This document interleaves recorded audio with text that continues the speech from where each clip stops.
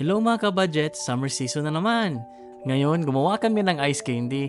Perfect kainin lalo na sa tag-init. Nag-request din kasi ang mga bata, so tara, gawa tayo. Una, magdurog tayo ng 7 perasong cream o. Durugin ng mabuti hanggang pino. Tapos, ilagay sa container. Sa kawali, maglagay ng 3 liters na tubig at 1 and 1/2 cup na cornstarch. Then simmer until magtikin yung mixture. Pagkatapos, palamigin ito ng 10 minutes. Ngayon, lagyan na natin ng 2 cans of 410 ml creme densada. Then mix until well blended. Pagkatapos, ilagay na natin yung crushed cream o.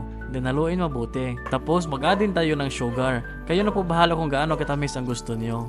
Then i-transfer sa malinis na pitcher. Ito pala ang ice candy bag. Mabibili nyo lang ito sa groceries at mura lang. Dahan-dahan ang paglagay ng mixture sa ice candy bag at sigurudahing pantay ang laman. Lalo na kung gusto nyo itong ibenta. Pagkatapos, i-freeze overnight para kinabukasan, pwede na itong kainin o ibenta. Kita nyo guys, ready na to. Sa amin, pinibigay ko lang sa mga bata at kapitbahay namin. Best talaga tong business ngayong tag-init. Kita nyo, sobrang saya ng mga bata. Till next time ka budgets!